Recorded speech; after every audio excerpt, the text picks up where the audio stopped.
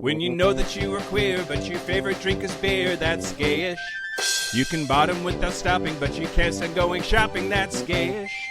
Oh, gayish, you're probably gayish. Well, life's just too short for narrow stereotypes, so it's gayish. We're also gayish. It's Gayish with Mike and Kyle. Hello, everyone in the podcast universe. This is Gayish, the podcast that still lets you do butt stuff, even though its mom just died. Hey, everybody, it's Redecember.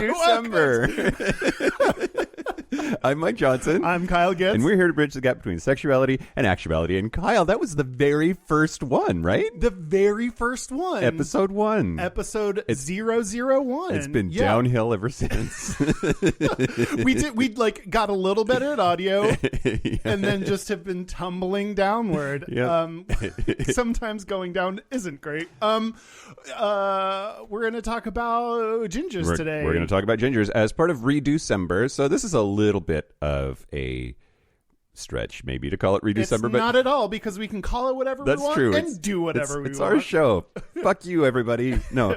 So we put every month we do a Gap Bridger poll to determine that we let the Gap Bridgers choose from 3 topics. And for Redecember, we this month each selected a topic that had been rejected. And put them all up. So so 2 of them are double rejected. I know, right? Poor feet. Wow, it's like me on a Saturday. Okay. I wrote down, I was going to do this later, but I'm going to do this now, a couple Patreon comments that I really liked. Alan on Patreon said, "One day, feet. One day." And then Steve said, "How about gingers drinking tea with their feet?" Because tea was the other. Somebody would be really into that. One person just jizzed so hard they've never heard that sentence except in their mindscape. What? Not that we're keeping track, but who picked gingers? I did. Yeah. I'm turning over a new leaf. I'm going to try now. Yeah. I can't. You're turning over did someone hit your Nissan? Yeah. What?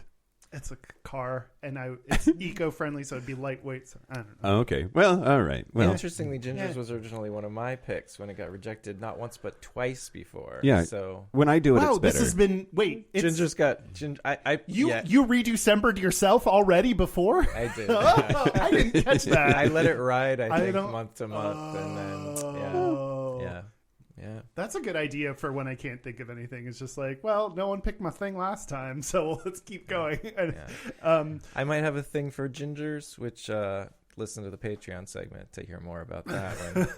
When, one of those gingers is on. Ginger Daddy. But in a way that is healthy and supportive and great, and not at all fetishizing. That sounded sarcastic the way I said it, but I didn't mean it. I meant it genuinely, because that's my cross to bear. Okay, yes, but first, here's the news.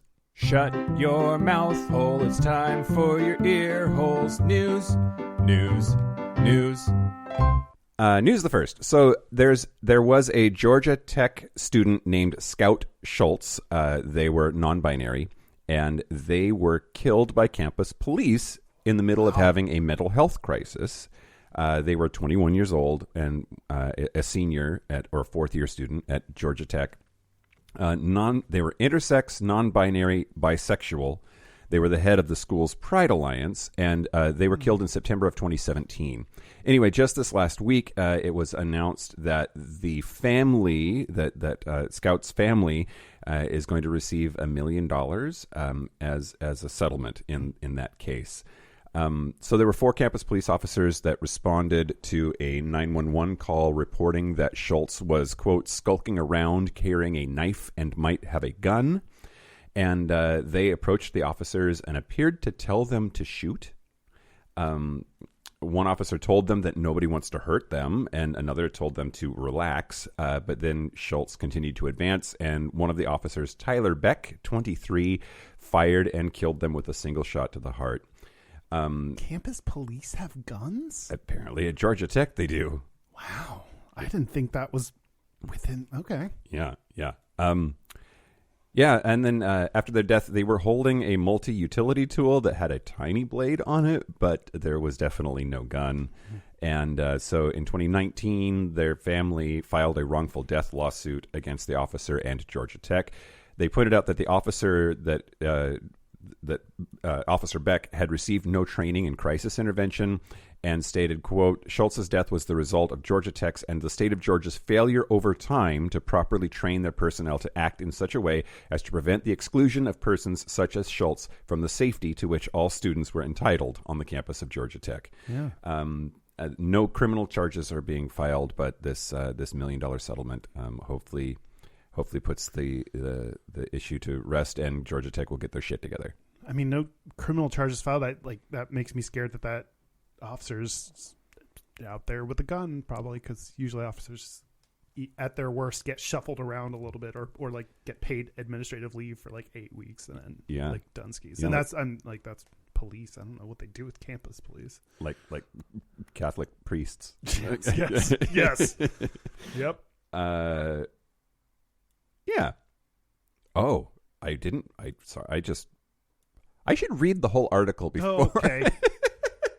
No, is that according to this, Georgia Tech has made no changes to the way that their department is structured or any of the training policies. So good. Yeah. That's God. I mean, not surprising. Yeah, but yeah. News the second. Yeah, the news is depressing this week. I mean, most weeks, but yeah. Usually get like 2 out of 3. If you don't have a happy one, I'll say something nice about, I don't know, gingers or something. Well, also, let's see. The Holston United Methodist Home for Children in Greenville, Tennessee, is a home that cares for children and helps them find adoptive families and foster care placements. And they are suing the Biden administration because it doesn't want to place any of those children for adoption in LGBT plus families. Mm-hmm. They are affiliated with the United Methodist Church, which believes that, quote, the practice of homosexuality is incompatible with Christian teaching and that sexual relations are affirmed only within the covenant of monogamous heterosexual marriage. Go ahead. I mean, I wonder if that's a question. Like, are the two of you are married? You both, like, one is man and one is female. Are you monogamous? Like, detail your history. Have either of you cheated on each other? Like, have you, yeah. like, I wonder if that's... When was the last time you fucked? Was it missionary? Was Jesus there? Like, so this last May, the Biden administration reinstated discrimination protections for LGBT plus people in healthcare and welfare services after... Guess who took that away? Obama. Donald Trump. Oh. So that any service that receives funding from the Department of Health and Human Services is banned from discrimination. So what they're really suing for is the right to continue discriminating and receiving federal funds, right? Like, they could keep doing what they're doing and just not get federal money for it. Oh. But instead, they're suing because the federal government says you can't do that. The federal government needs to pay them for... Wow, that's... I mean... Yeah. Yep. This is... right when people hate, tax breaks, when it's anyone but them. Right? Yeah. Like, when they get all the tax breaks... It does. I don't know. I don't know what they count it as in their head, or if they pretend like it's church, or I don't know how they differentiate all these tax breaks. That Similarly, they love freedom of religion until it's not Jesus, right? Like Islam or Judaism or like name Buddhists, they mean Christian freedom of religion, right? Yeah. Anyway, this is definitely something to watch, I think, because it's likely to go through the court system and up to the Supreme Court, which ask anybody with a uterus, think shit's fucked up right now in the highest court in the land. So, oh God, fucking keep your religion out of my shit, you motherfuckers. Mm-hmm. Okay, great. News the last.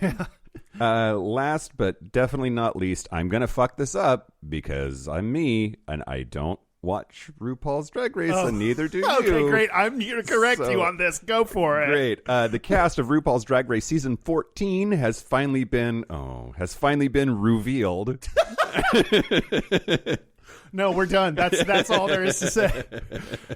I mean, I make puns equal as bad. So whom am I to place judgment? And this is the fifth year that we've had this podcast, and the first time that we've talked about this. The reason it's the first time we talked about this is because this season will include the show's first ever cis straight drag queen. Straight people, you've made it. You did it. You've arrived.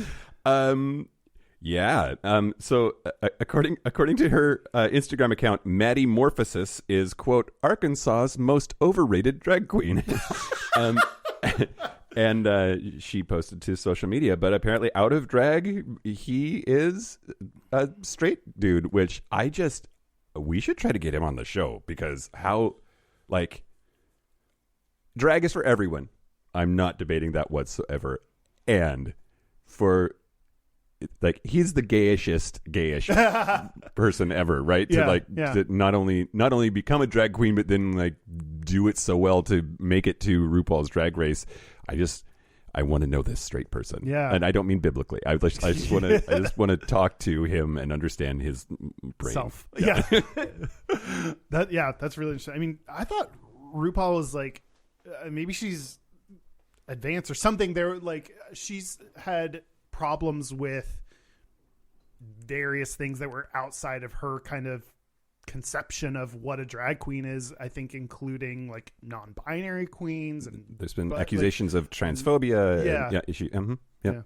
So, well, congratulations, cis straight people. See you next season. Yeah. Sashay away. Nice. Shantae, you stay. I don't know. Whatever our PDR people say. Right. That's the news. That's the news.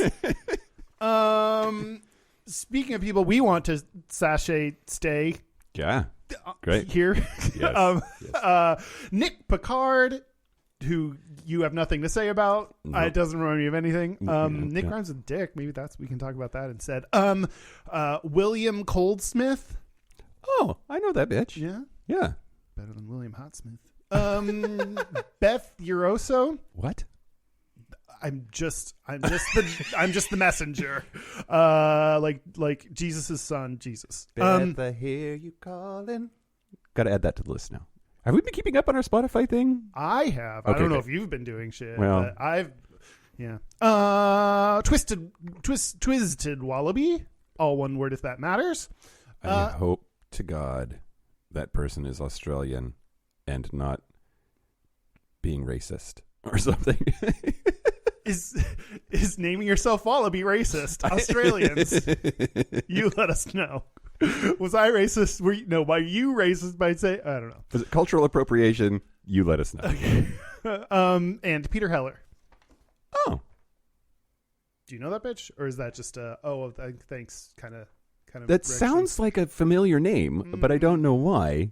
Maybe a character from a mystery novel? The actor Peter Weller is probably. Oh, thank you, Dan. You understand me better than I do. I don't know what you're talking about. Thank you to everyone who supports us on Patreon, patreon.com/gayish podcast. Do it. You want to talk about gingers? Yeah. Do you want to talk about why you picked this one to redo-cember? Yes. Okay. It was clearly going to win. Really? Yeah, I told you I'm turning over a new leaf. I want to win now. After trying to lose for so long and then failing at losing, I've decided to actually try, mostly so that you'll stop bitching about it. You'll try to submit good topics that you want to talk about for our podcast? Yes. Oh, thank you. I actually very much appreciate that. That is very helpful to me, too. And yeah, I thought gingers is, I thought the same about tea. Oh, yeah. But... yeah. Here we are. I'm going to talk to you about the history of gingers. Are you ready? Sure. Okay. Does that matter? Does that affect the outcome of this, or no? Okay. Do it. So it's interesting. In my head, I really, for some completely incorrect reason, thought that the term ginger for a redheaded person came from Gilligan's Island. Oh, I started. Okay, there's sometimes where I'm like, I have an idea for a topic, and it's Ginger from Gilligan's Island. Is there anything gay about this? And the answer is no. Oh. No, there is not. Oh. The actress wasn't gay. There was nothing. So, well, it's also not where ginger comes from. So, it's been. Was she a ginger? Ginger the ginger? Yeah. What? Wait, was she Ginger? Ginger the movie star? I don't remember. I've seen a lot of Gilligan's Island, but have you? Yeah. Oh. when I was a kid. This podcast sometimes feels like a 3-hour tour that turned into an everlasting journey. That's fun. Yeah, see, she's not ginger. Okay. Okay. If it's not that, then what is it, Mike? Great. So, Professor Mike? Yeah, there are a couple of different etymologies that are possible, but the one that has the most support is that ginger is actually it's been used to refer to redheaded people since like the 1850s or 1830s. Sorry, but it is the color of ginger, as in the food, the root. I thought it was white. Exactly. And then it turns out there's lots of different kinds of ginger, and one of them has this flower. Oh, that's beautiful. And so that's the ginger that it's believed to be where it comes from. Fiery red, like someone murdered a phoenix and then took a feather of it and then stuck it in a tree. It's beautiful. It's poetic. Yeah. It's the red ginger plant of Malaysia, Alpinia purpurata, and it is a brilliant red. So a couple of other things. It is a recessive gene, right? So it can be carried through families until somebody gets 2 copies of the gene instead of having a hair color that dominates gingerness. And that's why there are all these fears about ginger hair going away, that eventually it'll be bred out of us or something hot. But it turns out that that's likely not true. That's not going to happen. Gingers are not a dying breed, contrary to what you hear in a lot of popular media. But something that I also thought was absolutely certain was that it was from Neanderthal DNA, right? That you often see Neanderthals are given red hair. They definitely had red pigmentation to their hair. Are you saying that in the technically correct way? Is that why it's not Neanderthal? You're saying Neanderthal? Is that intentional because technically that's how it's supposed to be pronounced or something like that? Yes. Okay, got it. Just had to check. Okay, great. No, sure. you sound very douchey. It's great. Keep going. Why are you such a fucking Neanderthal, Kyle? I'm a Neanderthal. Yeah. Well, I am tall. You are tall. Okay. But we definitely have Neanderthal DNA in the human genome, and that's because there's definitely some interspecies breeding that happened. That's why 23andMe will tell you what percent Neanderthal you are. At what point in human evolution did it's do you think one person was born and then all of a sudden they're like, I can't fuck anyone, or that's fucking a different species because I'm now the new one? Shit. Yeah, it goes to show that evolution is messy, right? And the idea that you can draw a line and say human, not human is just not how it works. Yeah. But it turns out that the genes that made Neanderthal hair red are not the genes that make human hair red, and so that as a theory is totally bullshit also. So then the last thing in the history of gingers, this idea of gingers have no soul. Are you going to talk about gingers have no soul? Is that on your list? Vaguely, but you can go do what you want. I guess that's just straight up South Park. South Park made that a thing, and it turned into this whole there was a ginger on YouTube that did this whole rebuttal thing of yes, I have a soul, and was very upset about it. And then later that person apparently was supposedly trans, and then that got retracted and taken down. It's this whole saga. But wow. But the recent conversations about gingers and their value as a soul having creature, I guess, is just South Park. Before that, there was really just a thing, a hair color, whatever. South Park had to pull it from somewhere. They the kind of shit. Actually, and I know that it did because of some of the shit that I read about. But yeah. Yeah, you're right. That resonated for a reason. Yeah.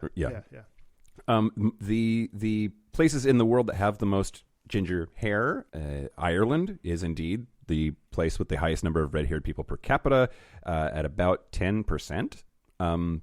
But red hair is definitely a northern latitudes thing. Not exclusively. Red hair can be found in every part of the human species. But the thought is that fair-skinnedness is better at higher latitudes because it absorbs more sunlight and therefore vitamin D. So, excuse me, red hair is most commonly found in the northern and western parts of Europe. But yeah, I guess that's enough. Did you find anything gayish about the history? About the history of gingers? Yeah. No, not really. Oh, okay. Well, I want to talk about ginger stereotypes. Stereotypes. It's a type of stereo. And to me, this is like, our entire show is about stereotypes. And it's very interesting to think about a different group, the stereotypes that they face, and how do the stereotypes affect people with that quality or whatever. So the stereotype, two things that I found that I think summarize it. One is from Herve St. Louis, which is like a comic critic or something, said, quote, "All the kick-ass girls have red hair. Whenever it is an independent girl, not a sidekick person, when she has her own mind or does as good as the guys, she has red hair." Okay. So red hair in women might be sexualized. They might be, I think someone like described it like the color of the devil looks different on men and women it's sexy and alluring and powerful. Interesting. What? I buy that. My brain immediately went to Daphne from Scooby-Doo and how like she was not an ass kicker, but she was independent and possibly lesbian. That's Velma. Oh, I'm thinking Velma. You're right. I mean, Daphne's just there. Yeah, exactly. She's followed Fred around a whole bunch. Who wouldn't? The exception that proves the rule. That's a dumb phrase, but okay. Redheaded men, are typically viewed as unattractive, weak, and effeminate. The involvement of science has only strengthened these stereotypes. What? That quote comes from Ginger Masculinities, a master thesis by Donica O'Malley from the University of Massachusetts Amherst in 2015. What? Those are the what's the what about? The involvement of science has perpetuated these? What was the verb there? Yeah, strengthen these stereotypes. Strengthen. Yeah, there's a there was research into the gene that supposedly causes gingerness, which is like, that's far oversimplified. There are a bunch of different like things, but it's like the MCR something gene. And the conversation about that, the risk there is like, that sounds like it could lead to eugenics. Like, right. Yeah. Like, why are we studying it? Part of the question was, well, like, are we researching this when people talked about it was like, oh, this gene is more common than people might think. So trying to help reduce the stigma. So Donica has a lot of interesting things that they said in this master's thesis that I read. They're not like, did not see any like studies, like a couple things, like more academic things I read were like, this is not something that's studied really.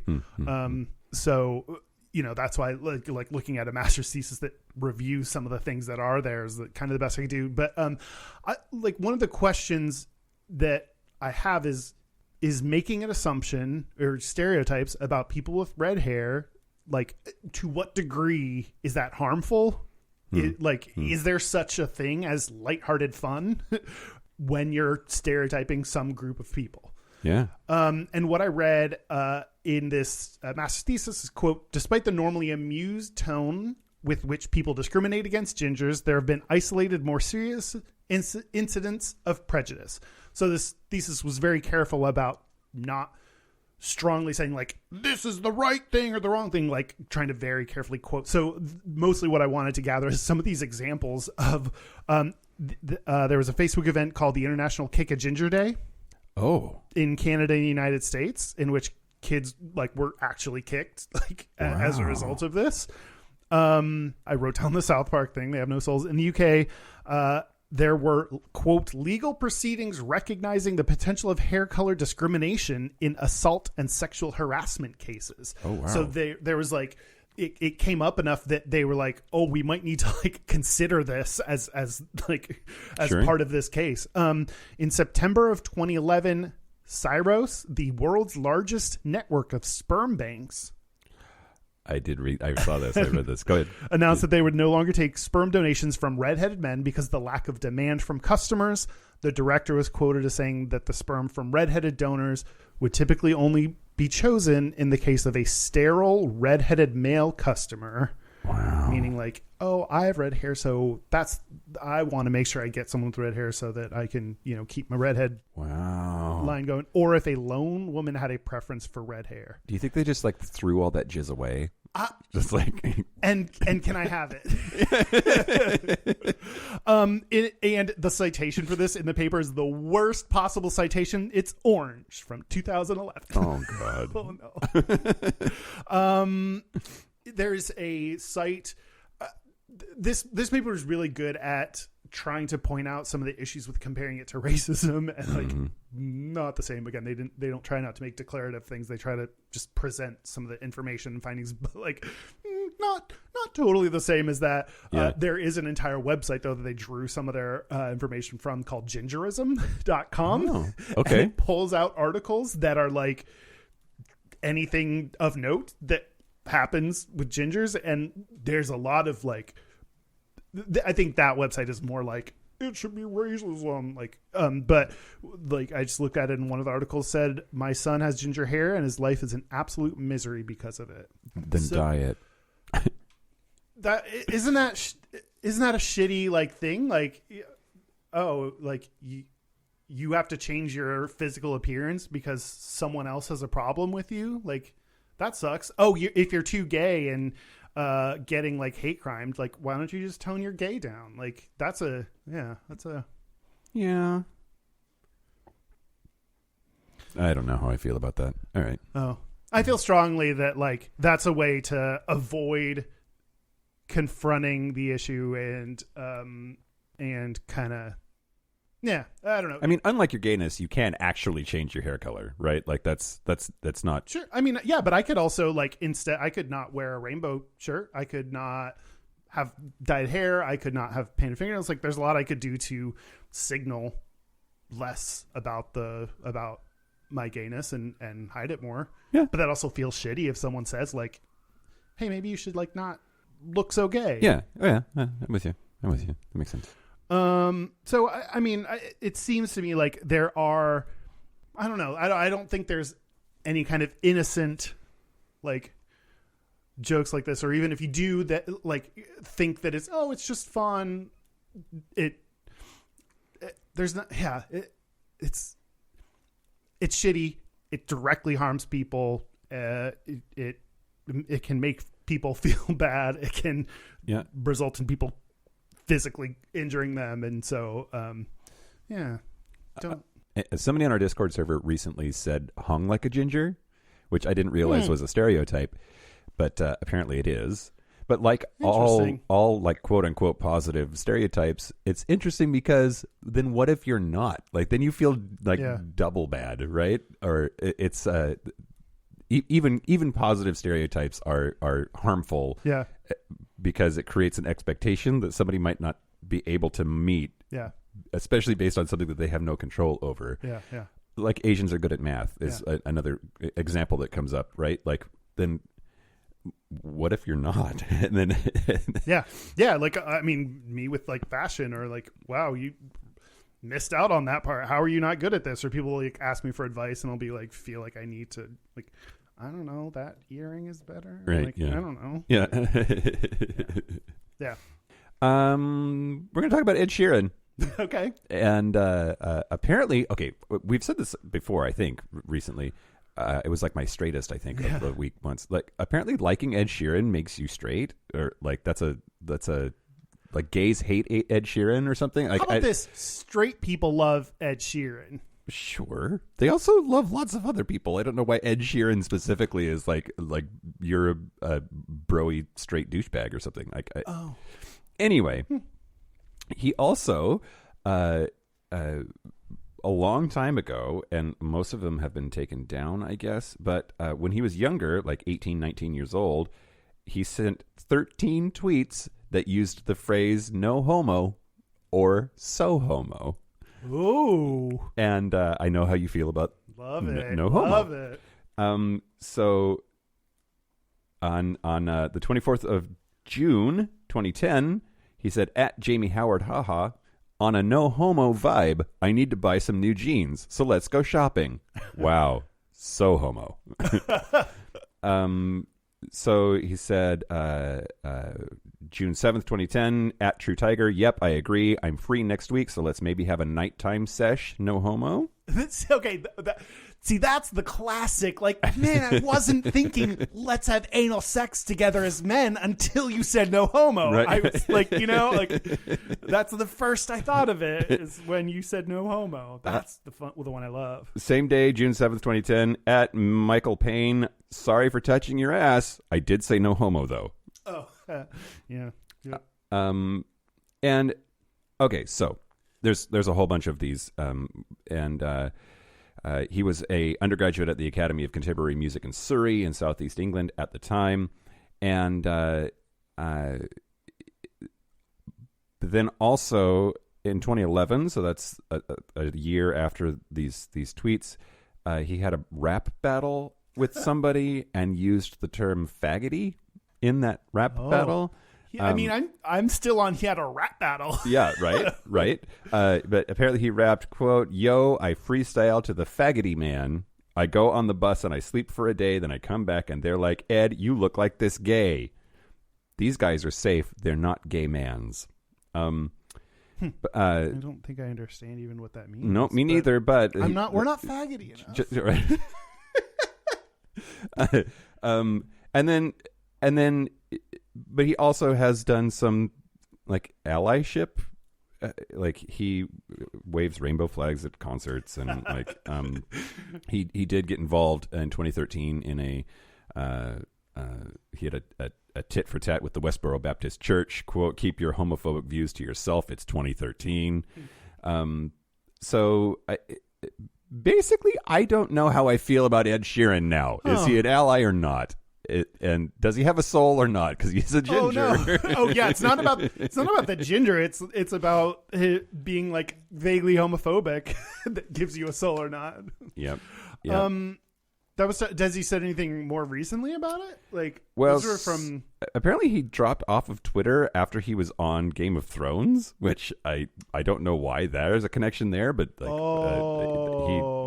he's not on Twitter anymore, and so I bet the Starbucks cup got on Twitter after Game of Thrones, right? Yeah. So just like Cher, I think it's sort of problematic when like celebrities have these vehicles that are the unfiltered, unwashed, non-PR approved versions of themselves, right? And so everything that I've seen from Ed Sheeran since 2013, 2014 has been positive, pro-gay, allyship stuff, but it also isn't him on the toilet on Twitter, right? Yeah, it's all going through his people, and like, so I don't know that you would, if there were still problematic things going on in his life, I don't know that we would see them. Yeah. Anyway, that's Ed Sheeran. Huh. Yeah.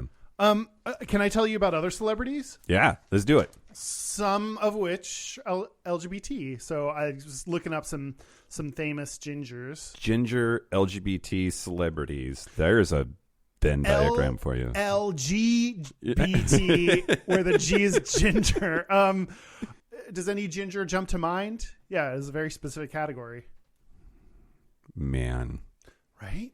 That is that. I mean, one of those Harry Potter redheads has to be a faggot, right? Like, no, that I know of. Most of the Harry Potter kids, adults, like seem pretty LGBT supportive, especially like J.K. Rowling and Hermione's like, no.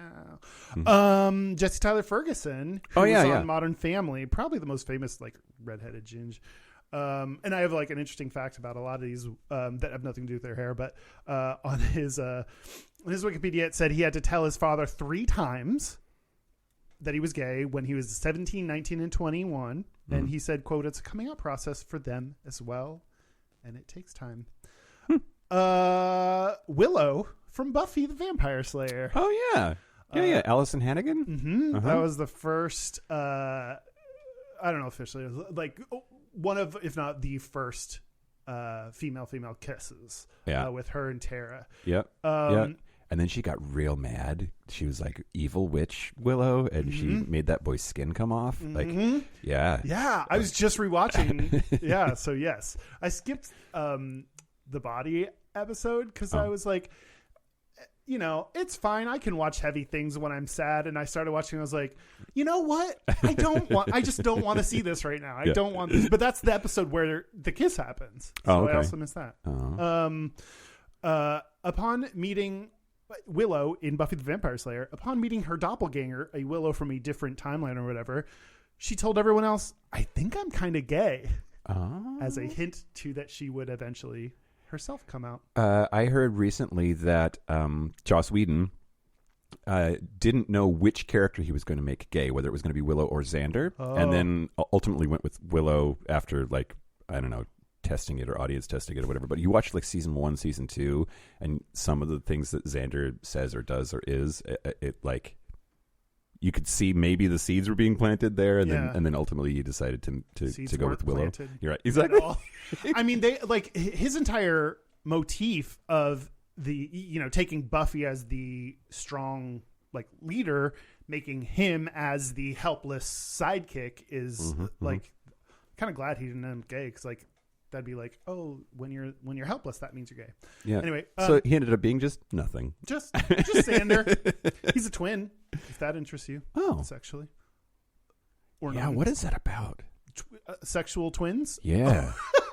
So, wait, really? What do you? Twins? I don't know. I saw a porn recently where I was like, I mean, it was kind of hot, and then I also felt the Peters brothers? No. Oh, different twins? No. Yeah. I don't know. Like, I guess some of it's like, okay, he's hot, and now there's twice as much of him, right? But the part that gets confusing is, but they are brothers, which isn't necessarily a problem because there's nothing procreative that's going to happen there. So do incest rules apply? Should they? Probably, but I don't know. Like, I have strong opinions about this, but I don't know that this is the episode to get into this. We'll talk about this sometime soon. Okay, great. Because when I express my opinion, I want to be able to fully explain myself. Yeah. Lindsay Lohan. Oh. Apparently, when asked in 2008 if she was bisexual, she replied, "Maybe, yeah, I don't want to classify myself."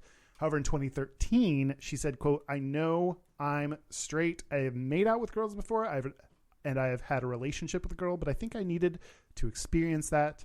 And I think I was looking for something different." So she had the popular relationship with Samantha Ronson, DJ, and known female. Yeah.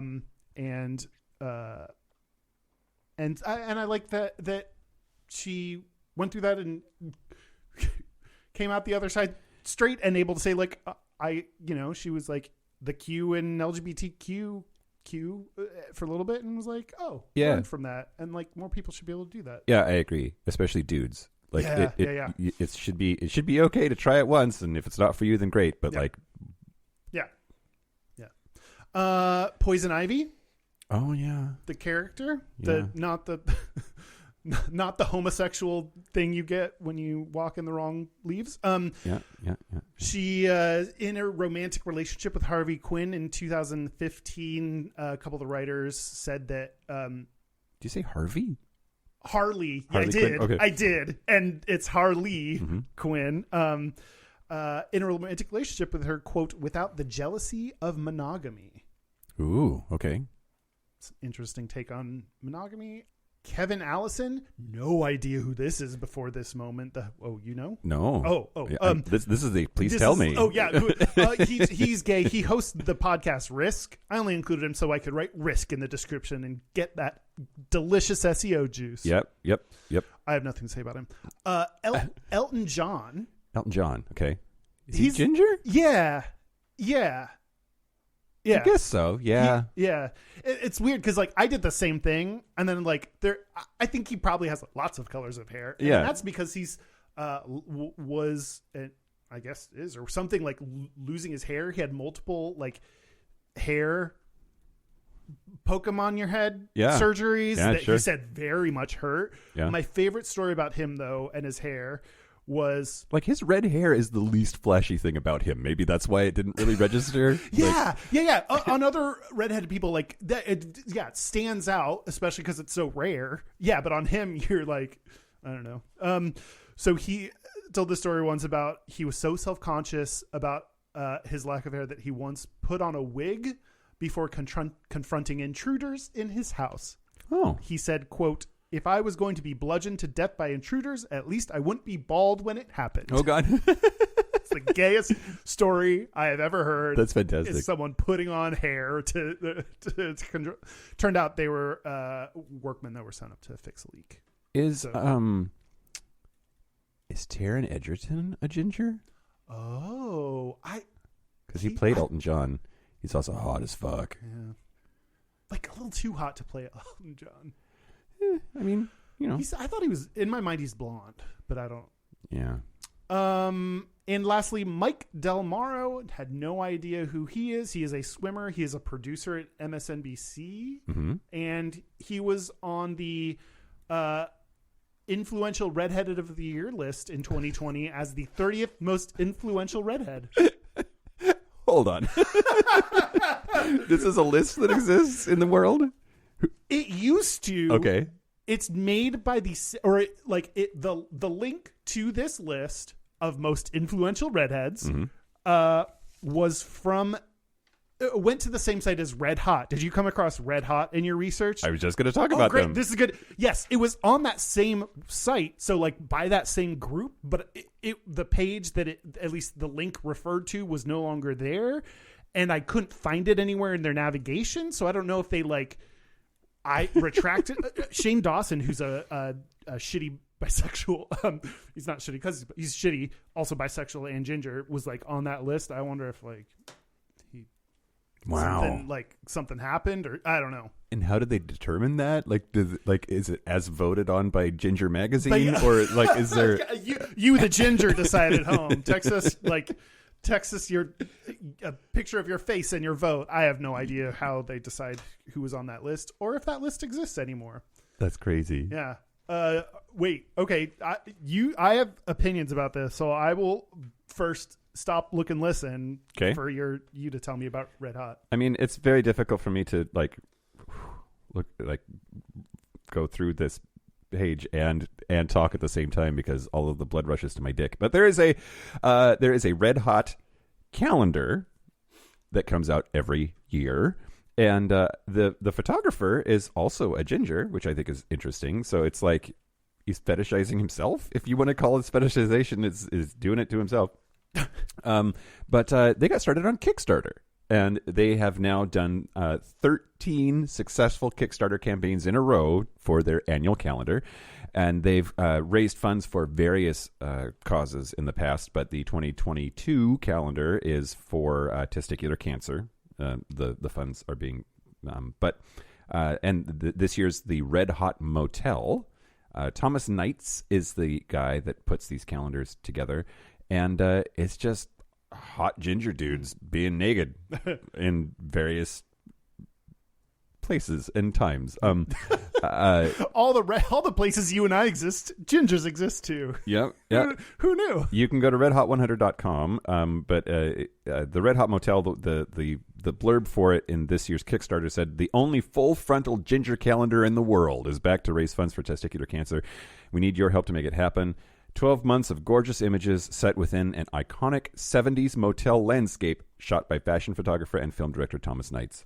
God damn, he's hot. Okay, sorry. I think what's interesting, too, about this calendar compared to others that I've seen is there's a black guy with red hair in it, which, that's just, it happens, but it's very rare. Yeah. And, but this is all in this, 70s looking hotel, and they're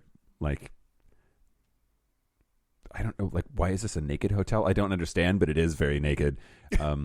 Welcome to Gingerville, it says. With this latest calendar, Red Hot invites you to discover the Red Hot Motel, the ultimate ginger fantasy, a motel where hot ginger guys come and unwind.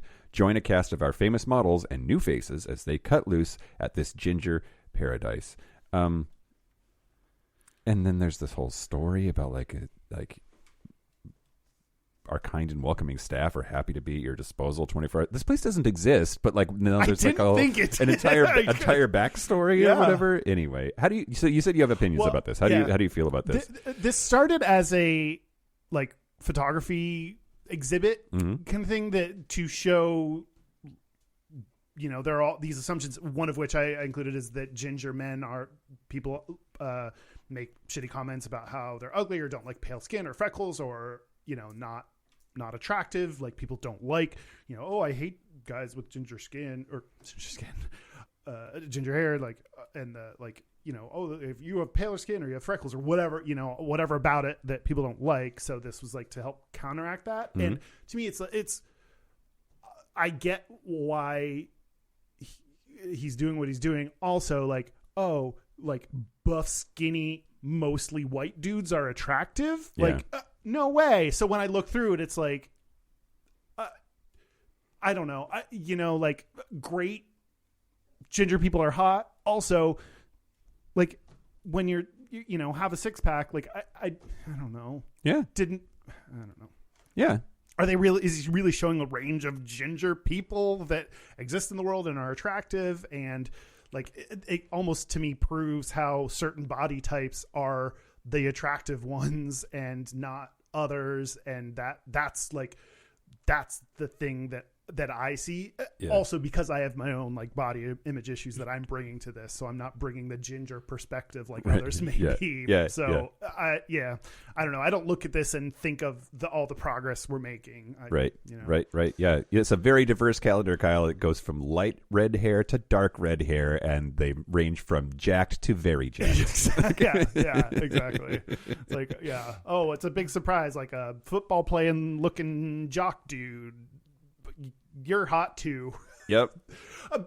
But there probably is value to like showing hot redheaded people. Like, it can be both good and bad. Like, doesn't have to be all just, I don't know, you make progress in one area and maybe not in another. Like, for some reason, what came to mind is the gay cowboy like groups that we talked about, where I was like, oh, I don't think, or not cowboy, bullfighting or something like that, rodeos. And I'm like, oh, I don't think rodeo should exist at all, but I guess if they do, I want gay ones to be represented. I don't know, I don't know, it's this weird mixture of I both like it and hate it. So that's how I felt about this. I will not get you one for Christmas then. Thank you. How do you feel about it? You were just thought they were hot. Is that I think that there is it's very fetishy, I think. Like, hey, here's a calendar exclusively of like hot gingers. Like, but like the guy like is doing that on purpose, not to say like. I think the intent of it is really important, and the goal of this is like showing a different side of gingers that like I don't necessarily, it doesn't feel fetishy to me in the way that it's being done and the reason for it. I do think that I didn't realize until we started doing this episode how many negative stereotypes about gingers there were out there. Like, to me, it was always I don't know, just something interesting, and maybe it's fetishization, but like generally just like a hot thing. I thought it was really that was always my feeling, and I recognize now doing the research that I'm like kind of an outlier in that regard, because there's all of these negative stereotypes and messages. So now, knowing that, I do think that a calendar like this kind of combats some of those, right? Like, I want to lick all of them. They're very, very hot. Pass the lick test. Right? How many licks would it take to get to the center of this ginger? Yeah, and I don't know, the idea that gingers are less masculine or less attractive, or I think that this definitely combats that in a very direct way. Yeah. And I want to go to there. But that's really interesting that you're what you were. Yeah, I in my mind had like things about no souls, like redheaded stepchild. Like they're yeah. To me, it was the negative phrases or things that yeah. I don't know. I certainly like neutral at most. See, was my like thought or feeling, and I guess that's not the norm. No. So, yeah, you're as rare as gingers themselves. I guess so. Yeah, I do have gingers in my family, and if you meet just one ginger, that helps support the entire ginger community. Right? Yeah, exactly. Everybody adopt a ginger. Give them a hug. I don't know. Do you have? I wanted to tell you. I have one more after this. Okay, but yeah. In a 2014 article on The Week by no one, there was no author written. Okay, it's just materialized. It's just words that appeared on a website. Wow, yeah, it came out of the ether like Harry Potter. He talked about a Channel 4 documentary, which is in the UK, called Hunted. And in this documentary, it showed a group called Occupy Pedophilia, which is a group that lures and tortures gay people. Oh my God. They are based in Russia. So based on like, it seemed they talked a lot about the propaganda laws, which like are still in conversation, but seem to be heavily like this must have been when there was a big public discourse about that. This group, does like lures them out or like lures them to places, tortures them, makes them like admit it out loud. Like, it's horrifying. The Russian embassy's response was, this is full of distorted facts and unverifiable allegations. And quote, one could have easily whipped up such a documentary about hunting season on redheads in the UK, saying that ginger people face unmotivated verbal and physical abuse on a daily basis. Okay. It's a very Trumpian response. Right? Like you're talking about like everything that you say about Trump, they say like, everything you say about Trump, Kyle. Yeah. So apparently this group is the same. The UK is equal on par with torturing gay people is the abuse that gingers in the UK face. Sure. Yeah. Where's our documentary? Thanks, Russia. Yeah. That was it. Well, so this episode's about gingers. I want to talk about gingers, the lesbian bar. I thought. Okay, you already talked about the food ginger. Okay, I thought you were going to get deeper into. I almost did, and you're welcome. So there is a lesbian bar in Brooklyn, New York, called Gingers with apostrophe S, like Ginger is a person and this is her bar, but like Gingers. And that led me to this, the lesbianbarproject.com, which we've talked off and on the show about the death of lesbian bars. And it's very much a thing. We're now down to, there were 300 or so bars, 200 in the late 80s. There were an estimated 200 lesbian bars in the United States. And right now, as of today in 2021, there are thought to be just 21 lesbian bars in the entire country. Isn't that insane? And the fear is that more are going to be lost as a result of the fallout from COVID-19. So in 2020, the Lesbian Bar Project raised $117,000 for the bars. And then just this last summer, they launched a 20-minute documentary film about bar owners, community activists, archivists, and patrons, pandemic struggles, hopes for the future, etc. And they're going to, that was supposed to launch another 4-week fundraising effort. They wanted to raise $200,000 for the lesbian bars during Pride Month. But I think we don't have to talk a lot more about this, but it's really interesting. First of all, because we have a lesbian bar here in Seattle called Wild Rose up on the hill, I see a lesbian bar almost every day. So then that makes me think, well, they must be everywhere. Yeah. That's not true. Like, Wild Rose is still open then? Yeah. At least Good for them. I saw people in there just the other night. Oh, cool. But which I also I like going in there. I've only ever gone in there when like asked by a lesbian to go, because there's something it's going like on. reverse vampire rules, like lesbians have to invite you in for you to be allowed or something. Exactly. Yeah. Exactly.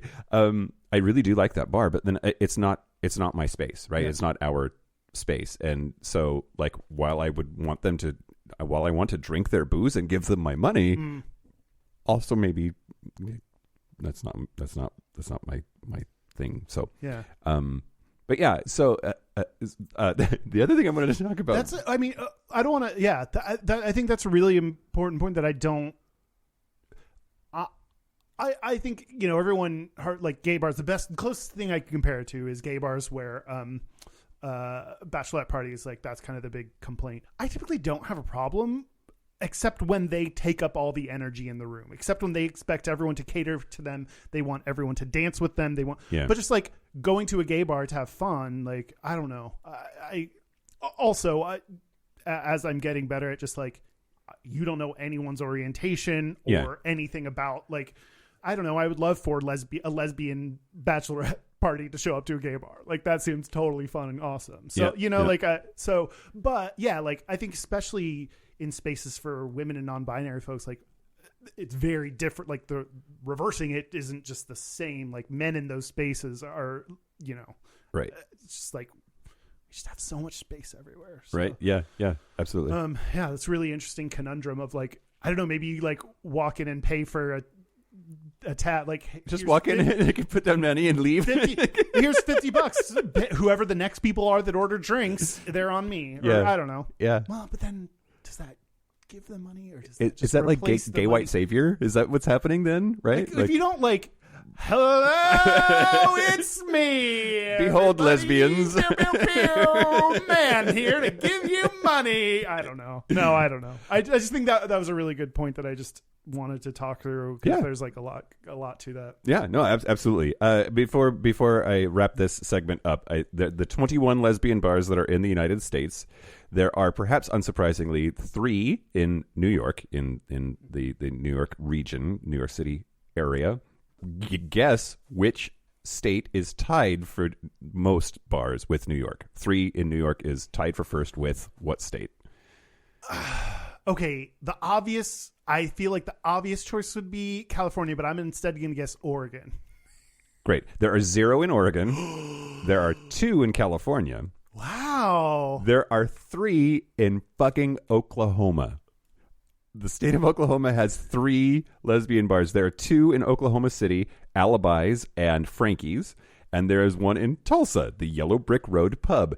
And it just shocked the shit out of me, because you look at the map and it's like just like nothing. Yeah. A few on the coast, and then there's like 3 in Oklahoma. There's none in Portland? None in Portland. Are lesbians fully integrated into society there? And that's one of the rumors about Portland and the dying gay bar scene in Portland. That it's because everybody in Portland's kind of gay. So like yeah. And that's one of the fears I have too about Capitol Hill here in Seattle, right? That we'll get priced out, and then we have so many gay bars though. Like even if half were to close, we still have a pretty good number. They're always do the lesbians playing pool on the second floor of our place count as a lesbian bar, or is that? Well, our place closed. R.I.P. I know. Although they're opening up again in Soto as a bar called The Comeback. Did you know this? How is it spelled? It's not fun the way? Not the fun way. Anyway, that's the lesbianbarproject.com. Support your local lesbians, I guess. I don't know. Find a lesbian and just give her money and then run away.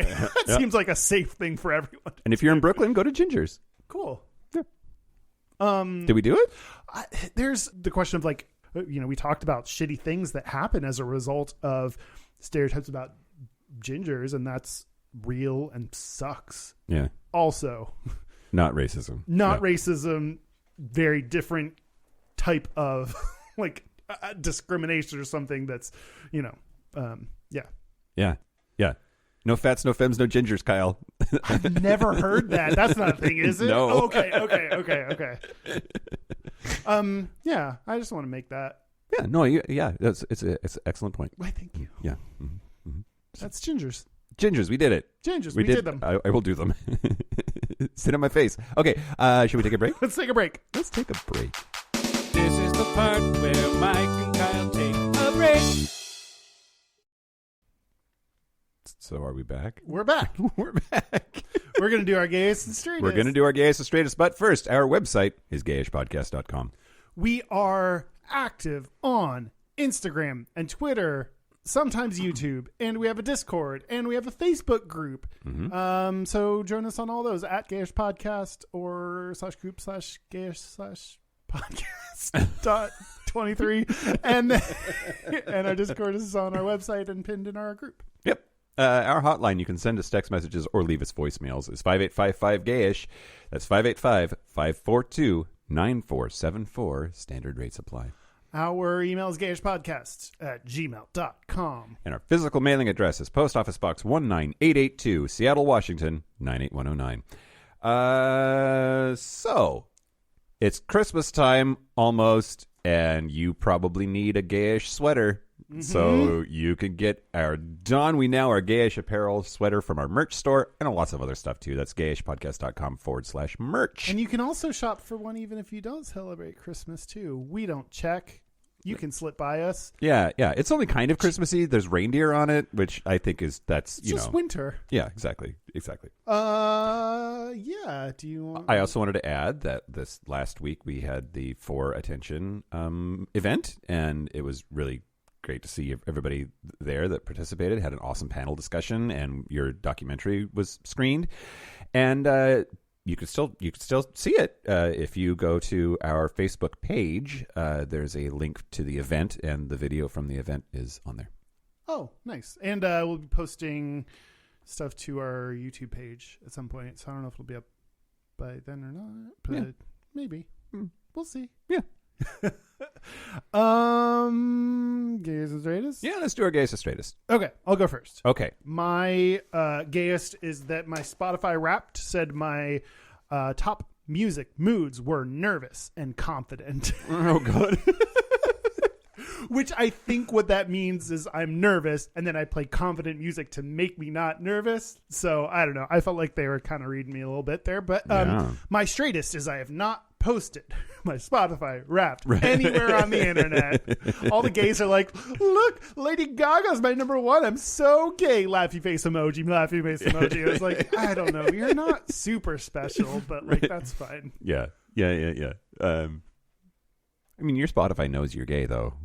My top like genres were like electro pop, disco pop, some other forms of pop. They were just I didn't know. I'd never heard of these forms of pop, but there was like That's awesome. Oh, they def do. Yeah. What about you? Let's see. So the gayest thing about me this week, I last night went to fetish night at CC's, which is a thing that I do from time to time, and I wore my mustard hanky in my back pocket.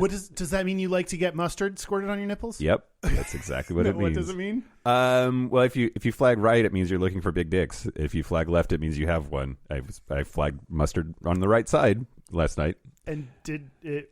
Nobody even mentioned it, or I was so nervous doing that. Oh. But I was like, it's fetish night. Like, if there's ever a time to be like, announce that you are fetishizing something, like it's that night, right? Like, so if I saw a hanky out of pull up the chart, and some there's the more detailed chart that's has a lot of colors, and I have to kind of compare. I get that. Yeah, but I assumed that not that I would reel anybody in directly, but that people would ask conversations maybe. Yeah. Nowadays it's like a phone number. You don't know your best friend's phone numbers anymore. You don't have we don't have the hanky code memorized anymore. Right. It's a real shame. Yeah, and nobody uses them either, right? I think I was the only. I've seen hankies there before, but last night I think I was the only one that I saw. A lot of people don't wear hankies, but they use the colors of the hanky code in their leather gear and things like that. Pup hoods and that kind of thing. Yeah, absolutely. Yeah, if you saw red harnesses or red tinged harnesses or whatever, that fist me. Mm-hmm. Okay, great. And then the straightest thing about me this week is I have a whole bunch of recycling to do. I need to break down these boxes. And instead of doing it, I just keep moving the box of boxes around. So like just this morning took my box of boxes and moved it into my bedroom so that we could use the studio today. But just like I have literal trash in my box of boxes. Yeah. I relate to that. Yeah. So we put the call out on Twitter for listeners, Gayest and Straightest, and yes, at Gayish Podcast on Twitter is where we posted it because that's Twitter. And M Bell said, Gayest, talking my straight friend through how to use and enjoy a vibrating butt plug he got in a sex toy advent calendar with his wife. That was so many words. Oh my god, that's amazing. And Bell Straightest is never having used any kind of butt plug myself. And Bell, do what you want, but it's good. It's good for at least for my butt's taste. Sure. Loves it. That's it. Thank you to all the gingers. Thank you to Prince Harry for not being here today. What other gingers do we need to shout out? Thanks to Jessica Rabbit. Thanks to Daddy for being on the Patreon segment too. That's what I call Jessica Rabbit, Daddy. Yeah, great. Yeah, if you want to hear more from Daddy, who's been on Patreon before, take a listen to that. Speaking of Patreon, and there's a TV screen. Jesus Christ! Sounds and like at the $10 Patreon level, you can see the video of Daddy talking about his experience as a ginger, and that's his first time appearing on video with us. So here's what Daddy looks like. Yeah, $10. Fork it over. Wow. Whoring him out. He might like that. Okay. Also, thank you to our super gap bridgers: Josh Copeland, Forrest Nail, Patrick Martin, Anonymous, James Barrow, Explosive Lasagna, Christopher Farrell, Jamie Pugh, Kevin Henderson, Tipsy McStumbles, Donald Linsky, Thomas B, Dusty Sands, A.E. Coleman, Chris Cacciatorian, Jerome York, and Cian and Javi. Yeah, that's it. This has been Gayish from the Chris Cacciatorian Studios. I'm Mike Johnson. I'm Kyle Getz. Until next week, be butch, be fabulous, be you. See you gingerly. Jesus.